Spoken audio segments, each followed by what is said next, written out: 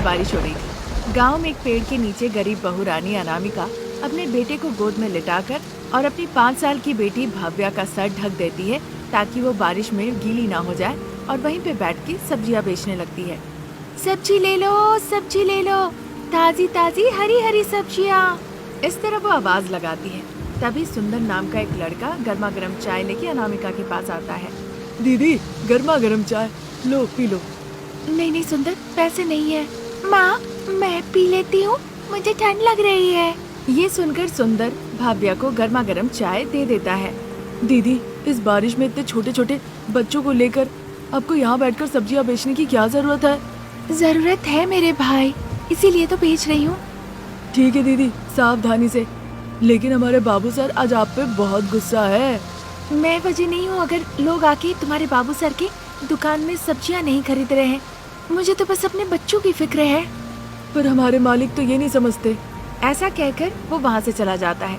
अनामिका की दुकान से थोड़ी ही दूर पे नरेंद्र का दुकान था, जो अपने दुकान पे बैठकर मक्खियाँ उड़ा रहा था। तभी सुंदर जाके उन्हें गर्मा गर्म चाय देता है।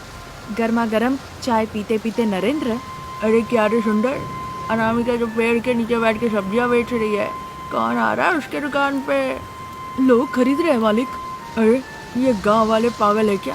सूरज हो या बारिश हो, मैं सब्जियों का ख्याल रखता हूँ ताकि आके लोग खरीदे।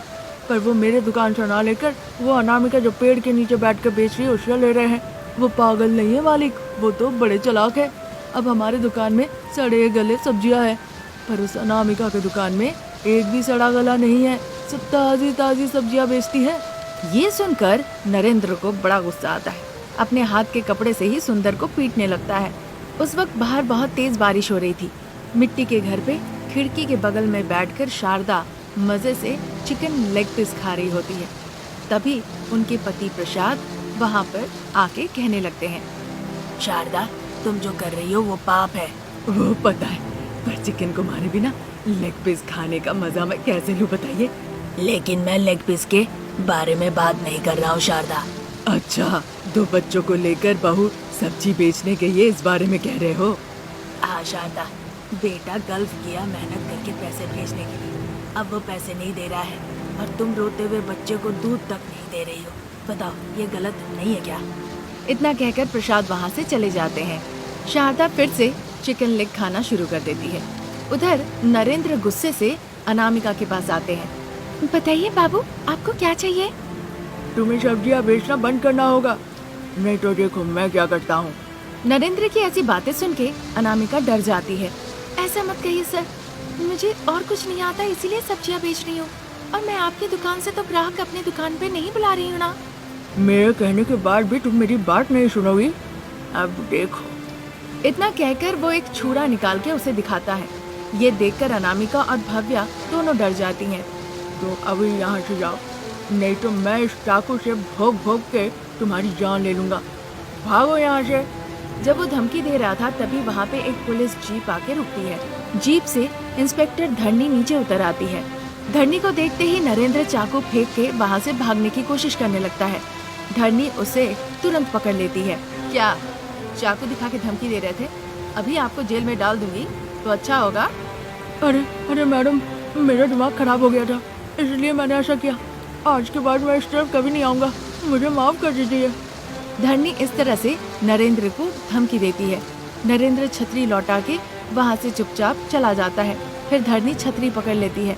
उसे देखकर, मैडम आप ठीक है? मैं ठीक हूँ अनामिका, पर ये छोटा बच्चा इतना क्यों रो रहा है? इसे तुम दूध पिलाओ। ये सुनकर अनामिका की आंखें भर आती है। मेरा दूध नहीं बन रहा है मैडम, इसीलिए डब्बा दूध दे रही हूँ। तो उसे पिलाओ अनामिका। पैसे नहीं है, इसीलिए माँ उसके लिए दूध नहीं खरीद पा रही है। आप उस बारे में मत सोचिए मैडम, आप बताइए आपको कौन सी सब्जी चाहिए? मैं सब्जियाँ ले लूंगी, पहले ये पैसे लो और जाके दूध का डब्बा ले आके पहले बच्चे को दूध पिलाओ। बच्चे को अगर दूध पिलाना होगा तो पहले इन सब सब्जियों को बेचना होगा। अरे तुम पागल हो क्या? तुम्हारा बच्चा इस तरह से रो रहा है और तुम कह रही हो कि पहले सब्जियाँ बेचोगी तुम? अगर बिना सब्जियाँ बेच के हम घर गए तो मेरी दादी मेरी माँ को बहुत मारेगी। क्या आज के जमाने में भी ऐसी सास? ठीक है, मैं ये सारी सब्जियाँ खरीद लेती हूँ। ये लो पैसे और इन्हें एक कवर में दे दो। ये सुनकर अनामिका बहुत खुश हो जाती है और पैसे लेकर धरनी को एक पैकेट में सारी सब्जियां दे देती है। धरनी जीप में बैठ के वहाँ से चली जाती है। रोता हुआ बच्चा और भव्या को लेकर अनामिका घर लौट आती है। तभी वो अपने पति रमेश को देखती है। वो बहुत खुश हो जाती है। पिताजी! रमेश के पास जाते ही वो प्यार से भव्या को गोद उठा लेता है। आप कब आए जी? 1 घंटा हो गया अनामिका, पर बच्चा इतना क्यों रो रहा है?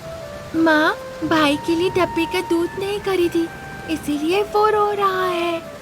क्यों नहीं खरीदी अनामिका? इस सवाल पे अनामिका सीधा अपनी सासू माँ की तरफ देखती है। शारदा बिना कुछ कहे अपनी आंखें बड़ी बड़ी करके उसे धमकाती है। पिताजी, दादी ने कहा कि आप पैसे नहीं दे रहे हैं, इसीलिए उन्होंने माँ से कहा कि सब्जियाँ ले जाकर वो बेचा करे। अगर कभी पूरी सब्जियाँ ना बेच पाती है तो वो माँ को पीटती भी है। माँ भाई के दूध के लिए पैसे मांगने पे वो उन्हें देती भी नहीं। क्या है माँ ये? भव्या सच कह रही है? सच है बेटा। तुम्हें माँ कहने में भी मुझे शर्म आ रही है। तुम पे भरोसा करके मैं पैसे कमाने गया और तुमने मेरे बच्चों को ऐसे तकलीफ दिया।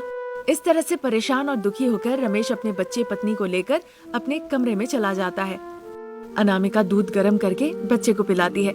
रमेश मजदूरी करने लगता है और अनामिका सब्जियां बेचकर अच्छे से बच्चों को पालने लगती है।